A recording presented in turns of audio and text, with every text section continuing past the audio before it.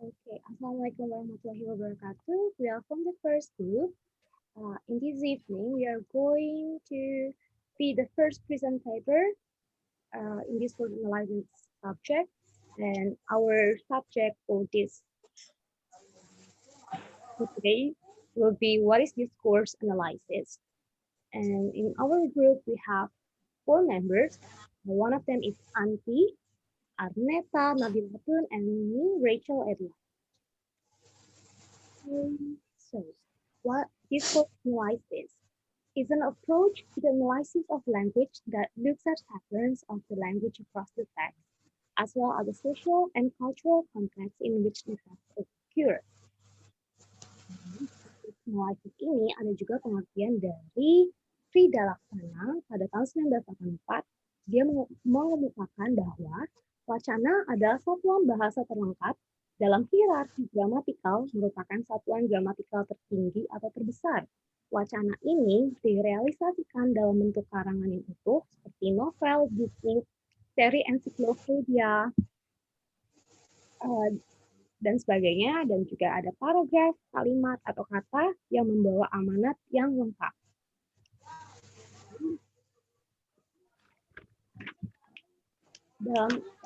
Menurut Frida Laksana itu bahwa wacana adalah satuan gramatikal yang tertinggi. Di sini ada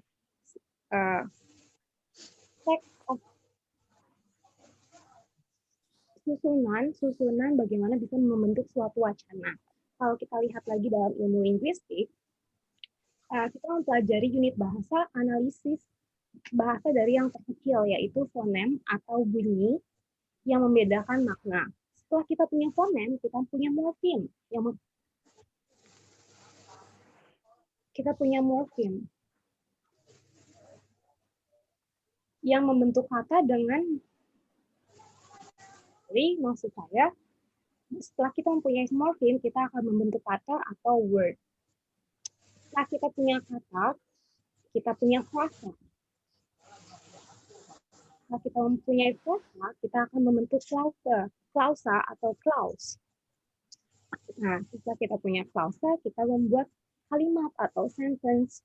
Dalam satu kalimat itu dapat terdiri dari berbagai klausa.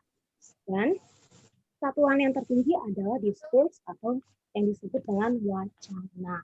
Maka itu Frida Laksana katakan bahwa wacana adalah satuan gramatikal tertinggi atau terbesar.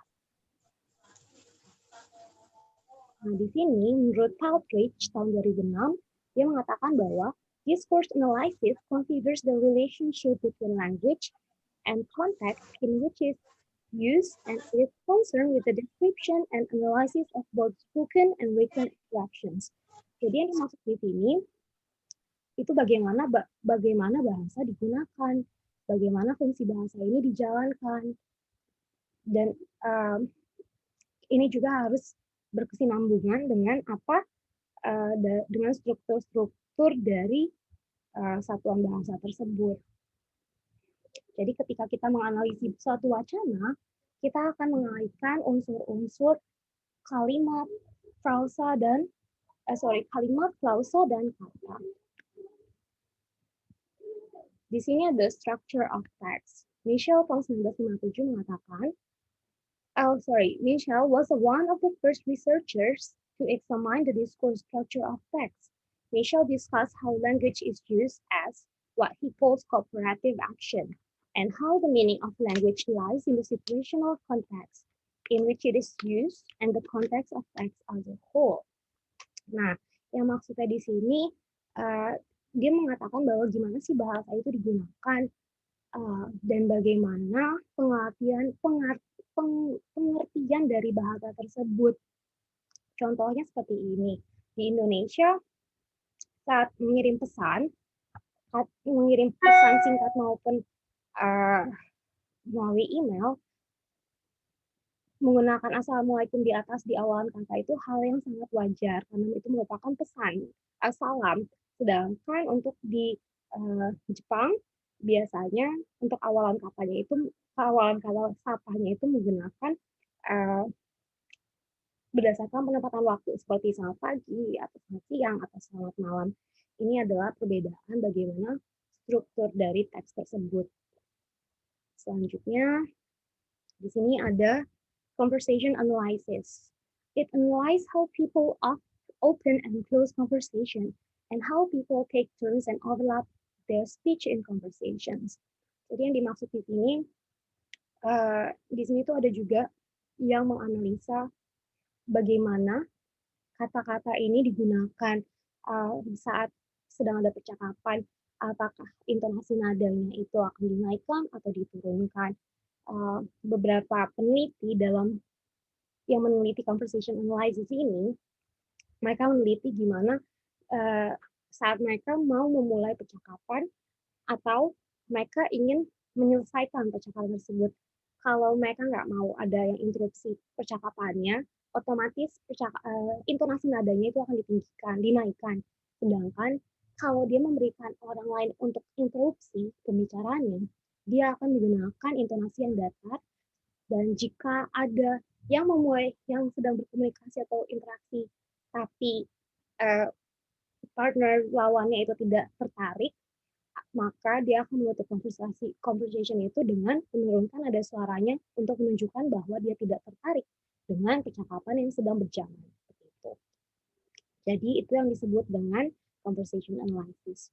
Baik, untuk next slide akan dijelaskan oleh Arneta.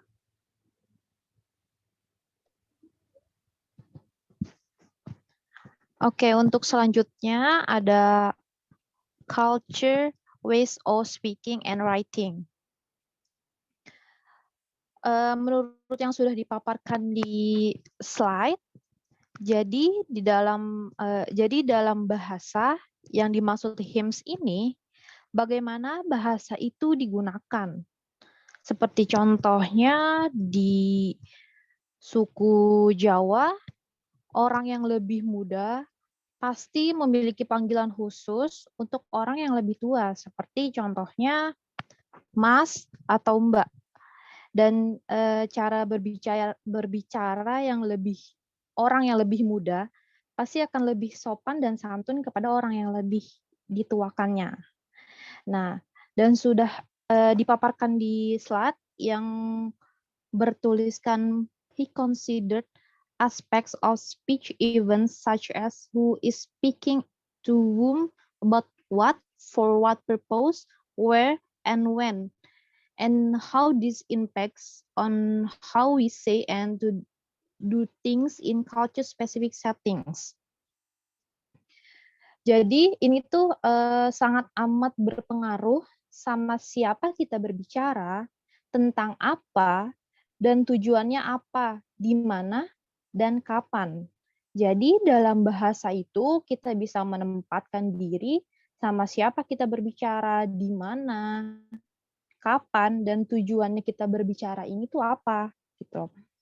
Dan untuk contoh di halaman 6, di e-book yang sudah dikasih oleh Pak Andri, di sini menjelaskan tentang perbedaan saat dia lagi berbelanja di suatu negara yang berbasis bahasa Inggris dan di Jepang. Nah, kalau di Jepang itu, kalau dia beli itu tidak ada kata please and thanks. Tapi kalau di negara-negara yang berbasis bahasa Inggris, pasti mereka menggunakan kata please and thanks. Ini kenapa? Bukan karena orang di Jepang itu tidak sopan atau sombong, tetapi memang karena budayanya mereka itu sendiri tidak biasa menggunakan atau mengucapkan kata thanks and please saat ada yang order gitu. Jadi pada intinya culture ways of speaking and writing ini bagaimana bahasa itu digunakan di setiap lokasi. Beda negara atau beda budaya pasti memiliki cara yang berbeda dalam mengungkapkan bahasa itu sendiri. Mungkin itu saja untuk culture ways of speaking and writing. Untuk selanjutnya akan dijelaskan oleh Anti.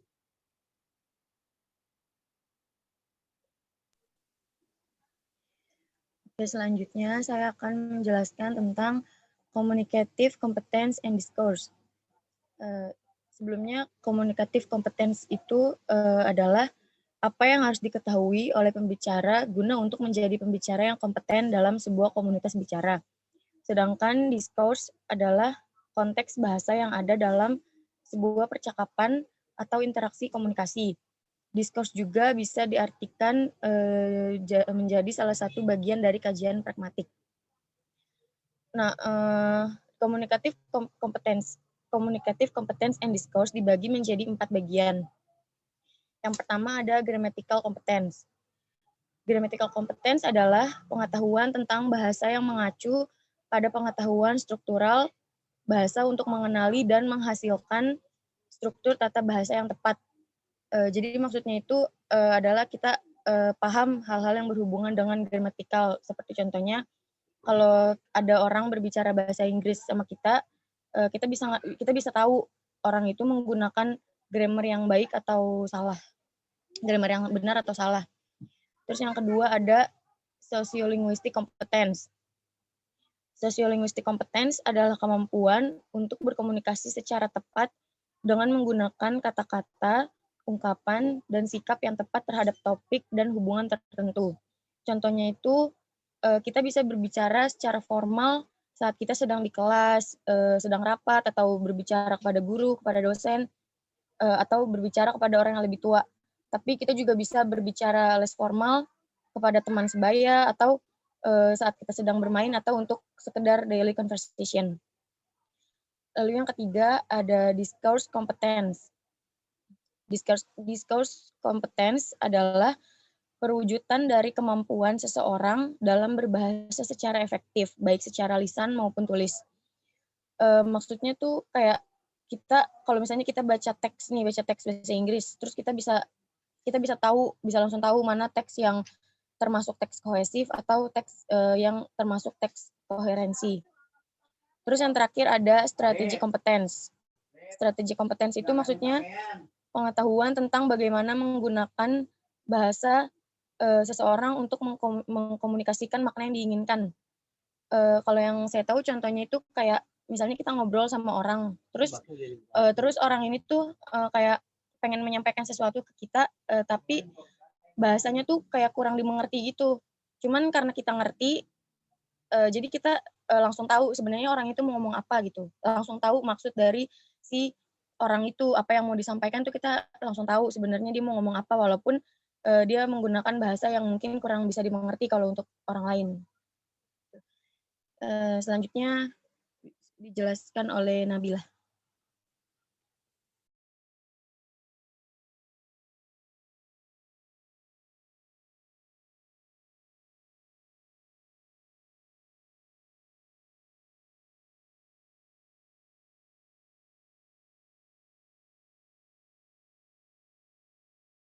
Sorry Nabila, nggak ada suaranya.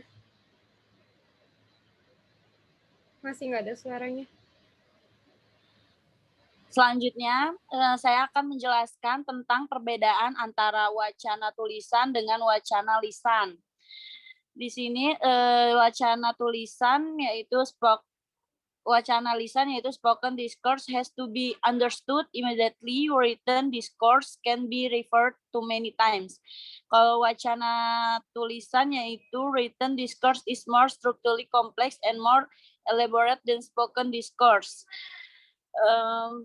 Wacana lisan dapat dipahami dengan mudah karena pemilihan katanya tidak sekompleks dibandingkan dengan wacana tertulis.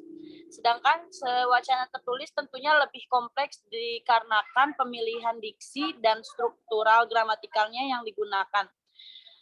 Contohnya seperti saat kita membaca sebuah jurnal, tentunya kita para mahasiswa mengalami kesulitan mengerti arti dari tujuan dari teks tersebut. Sedangkan kalau wacana tulisan, setelah kita dikasih contoh, disuruh membaca jurnal, itu kan lebih susah dimengerti karena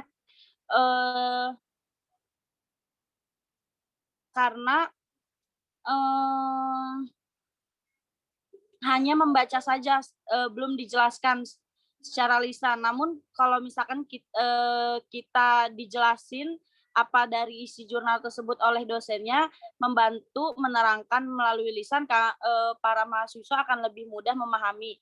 Dikarenakan pemilihan kata yang digunakan oleh dosen tersebut sudah disederhanakan. Seperti itu.